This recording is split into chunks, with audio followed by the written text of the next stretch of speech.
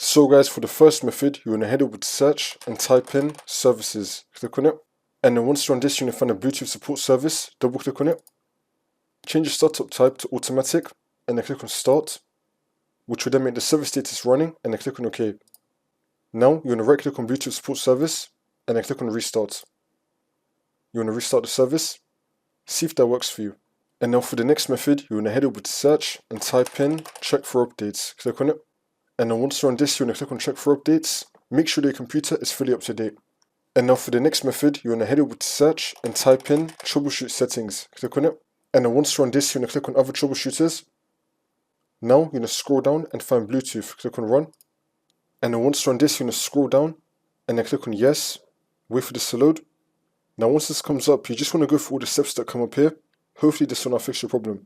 If that's still not working for the next method, you're going to head over to search and type in network reset. Click on it.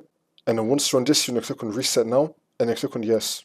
It's now going to restart your computer in 5 minutes, or you could just do it yourself right now. And then hopefully this will now fix your problem.